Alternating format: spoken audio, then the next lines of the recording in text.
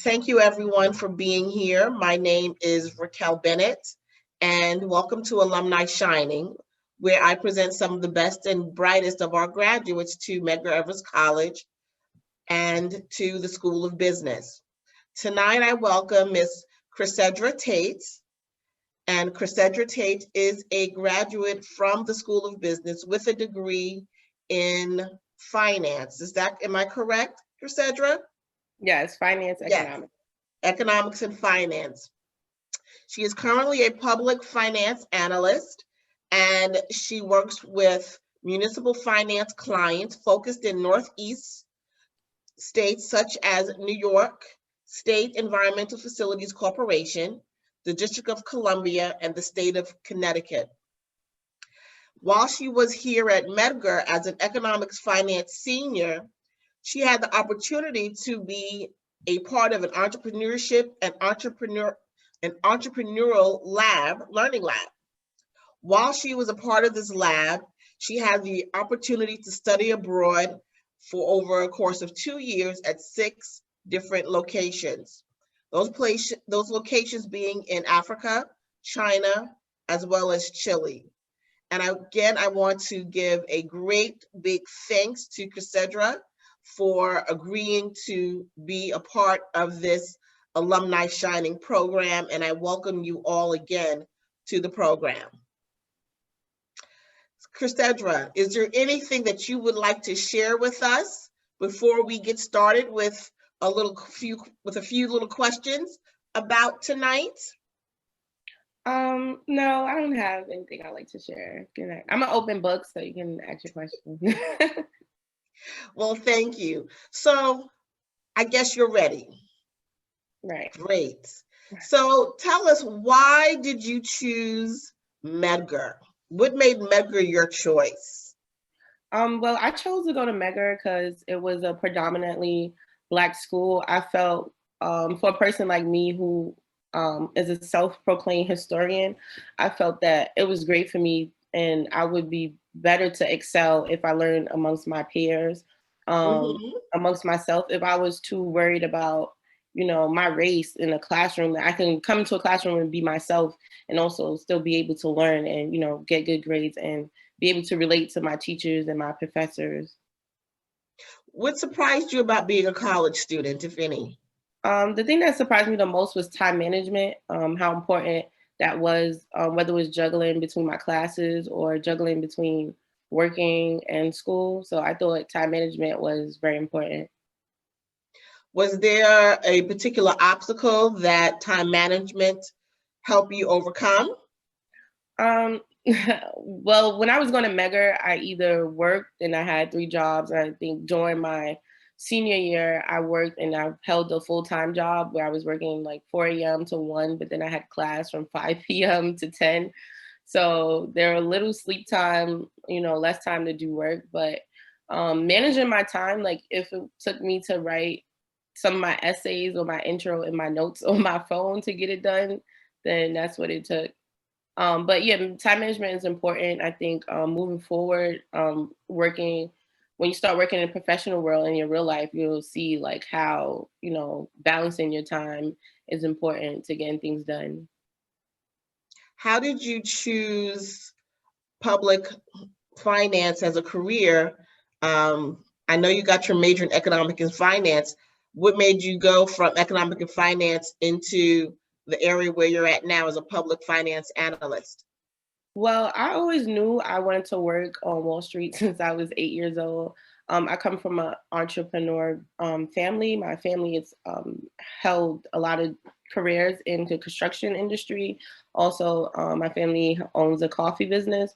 So I've always wanted to work in the business sector. I just felt like that's just something that was natural to me.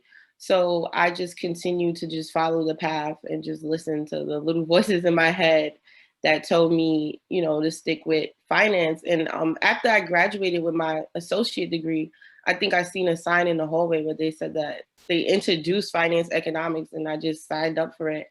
And I also remember going to Dean Roll when I wanted to change my major, and she told me, do not change my major, to stick with it. So I'm very thankful and grateful for that.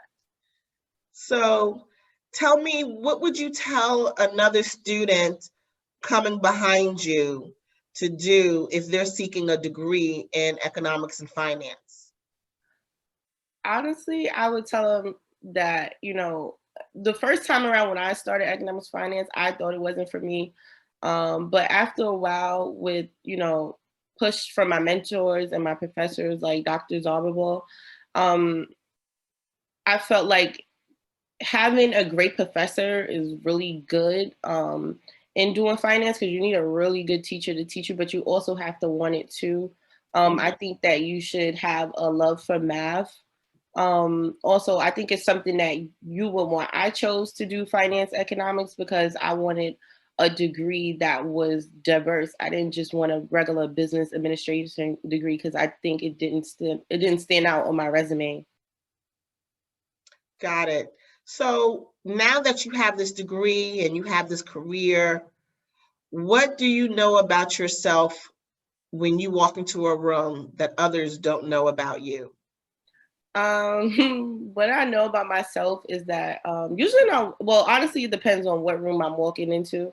But usually I'm very nervous, but I know that I've prepared most of my life to walk into most of the rooms that I've been allowed to walk in, or, work to walk in, and I deserve to be in that room.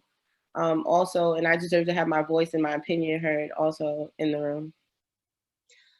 So I know that you tell everyone that they should have a love for math, Right. be determined. Is there something else that they need to know once they leave school? What would you advise of our fellow students once they leave Medgar? What steps should they take? What are some of the steps they should take? Um, well, I think honestly, I always say that you have the more opportunities while you're in school and while you're undergrad, because you have more opportunities to apply to internships and to apply to fellowships when you're leaving college. Because I feel like you should want to snag your job walking out of college, your career, or that main fellowship that's going to bridge you to your career when you're leaving. And I think when you leave, I think that you should also stay connected with your professors or your mentors or people that, help you get there. So because things change, so you will face difficult obstacles once you start your career. So I think it's important to have those people there, just in case, you need extra support outside, because sometimes you probably go in places that a lot of your peers never been, and so they can't relate to what you're going through. So I know that you mentioned the importance for you attending a predominantly Black institution, how important that was to your learning. What did you know about Medgar Evers that, besides the fact that we are a predominantly Black institution, that also attracted you to the college? Um, Honestly, what attracted me to the college, and my sister went to Medgar. I seen how hard she worked. Also, I think my professors is what attract me to the college, because I was so intrigued with Yes. learning. And I think if any one of my professors that are here, I'm a student who likes to challenge in the classroom. Mm-hmm. So I thought it was important that, like the classroom was like my world when I was in there. So I thought it was important that, I could still have my education, learn my degree, but also, learn how to, have my voice heard, or either negotiate to get in this class or get out of this class, or Right. try to decipher, different ways around things just to get what I need to get out. So, what are your next steps, your next goals? My next step is working on being promoted to associate at my current job. Hmm. Do you have any graduate school plans in mind?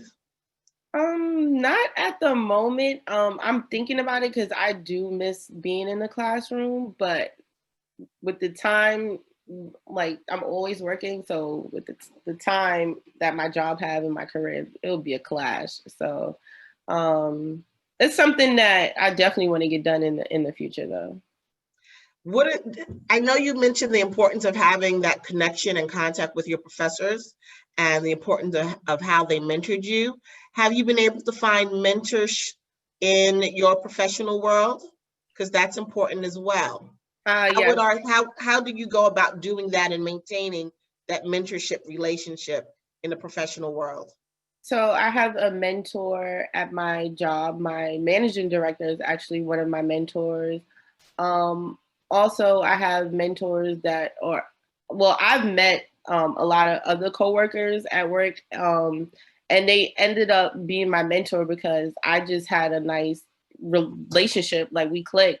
And then I didn't know that they had like really high position in the company. So after a while, so I just was like, okay, you can be my mentor. So it's nice to have people like that because they also work on the same level as your bosses. So that could also be a leverage for you. Tell me one thing that was beneficial for you from developing these mentorship relationships at the professional level? Having a sponsor, someone that's going to speak on your behalf, someone that you can go to if you feel like you need to be promoted, or if you feel like, you know, you need to have an honest discussion on where can you improve on without being judged at. Or also, especially working in a white dominated male industry, having a black woman mentor who I can come to and said, look, I was a young analyst like you. I was here first and I wasn't taking crap either. So I don't expect you to. So, but just knowing and setting your boundaries, but also knowing how to move and when you should speak up or when you should allow them to speak up for you. So it sounds to me like you're mentoring someone as well. Are you mentoring any of the up and coming analysts coming into your office? I'm not. I try to sign up for it every month, but I miss it. I miss it every month. I miss the orientation every month because I'm always working. But yeah, I'm trying to, but I'm always open into mentoring people. Well, Criseidra, it sounds like you are doing wonderful things out here, and that Medgar was the foundation that really helped you get to where you are today. And I want to thank you for our brief chat. Are there any questions from any of the students? Because we have so many that were excited to see you coming back to the college. I see some questions or comments in the chat. One second. They're going to make me work these glasses I'm wearing. Right. I was Dr. Egby's favorite student, so he might not. Dr. Egby is, you He hear might that, not Dr. say Egby? that, but I was his favorite student at Medgar. Well, I hear from one student. That's true. That's very true. After years, he admitted it. After many years. Well, I'll read one comment, and it says, your experience is very inspirational, and that they will keep what you said in mind. And this is from Miss Larkey about time management. It's something. I hope to become great at it. Good luck to you, and you're doing great. So Criseidra, you were already mentoring all of these people here about your profession. I do have another question. Well, this one is a question. What were your experiences during traveling abroad? Traveling abroad, I joined the Entrepreneurship Learning Lab with Dean Rowe, and I was able to travel to Asia, Africa, and South America. I think traveling to Asia was a great experience, not only as a self-proclaimed historian that they preserve their artifacts and their artwork, but also to see how people in other countries do business on a different cultural perspective. I thought going to Africa was a really cool experience, seeing how that everybody thinks that I'm Nigerian, but I thought I thought it was a cool experience to see how people use their resources to advance their technology in their country. So I thought that was dope. And Asia was also, nice to see, to go to companies like AIG and see that there are, you know, Black people in CFO's position from Barbados, or there are Black people in director position that's from Georgia. So it was nice to see that, you know, around the world, you know, people value what Black people have to say. Mm-hmm. Did you take an SIE exam or any other professional exams Yes. for your position? Yes, I took the SIE exam. I took Series 52 and Series 63. Can you tell us what they are exactly? I am someone who studied history, so I don't know what any of those acronyms mean. So the SIE is a basic, I would say, prereq of all the series exams that you need to take to get licensed to work in the securities industry. The Series 52 is the state exam. So it's just an exam for state licenses for the state rules that they have to work with securities. And then the Series 63 is for basically specific for working in municipal securities. So working with state and local government bonds. Were those exams that you took on the job or before you got the job? On the job. I took them when I was on the job. Usually you're supposed to take them before the job, but my experience was a little different. Okay, well, thank you. Mm-hmm. If there are no other questions, because I don't see any in the chat box. I have one question. This is Dr. Z. Yes. I just want to give the students a chance. Well, I have a comment and a question. My comment is, I didn't know that Dr. Egby has favorite students. So I'm not sure how self-proclaimed favorite. I have favorite students. I don't know if Dr. Egby does. I'm definitely. Your students are going to have something to say when you get off of this now. If Dr. Zarbel has a favorite student, I have surpassed the favorite. Yes, no, Chrissy is one of my special favorite students. I am the assistant professor. Criseidra troubled me a lot. Yeah. Oh, well, Dr. Egby likes challenges, so maybe. Here's my question.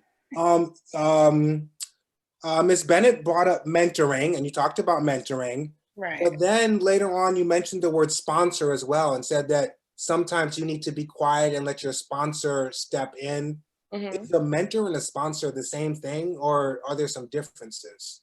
So a mentor is a person that you look up to, who would help guide you in the right place. Like a mentor doesn't have to be someone specifically to your major or specifically to what you want to do. Like I have mentors if I liked how how a person spoke or how they carry themselves, or if they just had a little bit of part of what I wanted to be, then I would probably make them a mentor. But a sponsor is someone who's advocating on your behalf and who's talking to people behind those closed doors and that are just pushing you further along.